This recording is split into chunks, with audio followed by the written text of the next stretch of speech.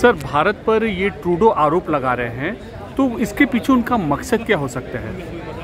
देखिए, उनका मकसद क्या है तो हमें अभी स्पेकुलेट करना पड़ेगा। ये तो हम बोल नहीं सकते हैं, कोई निश्चित रूप से तो बोल नहीं सकते हैं। लेकिन यदि वो कुछ गैस वर्क करना है तो लगता है कि ट्रूडो साहब का पॉपुलैरिटी जो है कनाडा में वो काफ़ी गिरा हुआ है। इलेक्शंस आ रहे हैं, नज़दीक हैं उनके लिए, मेरे ख्याल से मार्च में है।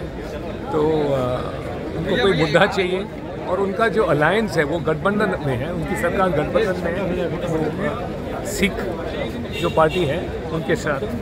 तो शायद मजबूरी से उनको एंटी इंडिया स्टैंड लेना पड़ता है। सर, निज्जर की हमेशा वो वकालत कर रहे हैं, नज़र नहीं उनको आया था क्या कि निज्जर इतना बड़ा आतंकी है और बावजूद इसके उन्होंने ये किया? नहीं, देखिए, निज्जर तो टेररिस्ट था ही, लेकिन ये एक संवेदनशील मामला है और यदि उनको लगता है कि कोई बाहर से आके अपने एक नागरिक को, हालांकि वो टेररिस्ट हैं, उसको मार डाला है, तो फिर वो अपने नाराज़गी को व्यक्त कर सकते हैं।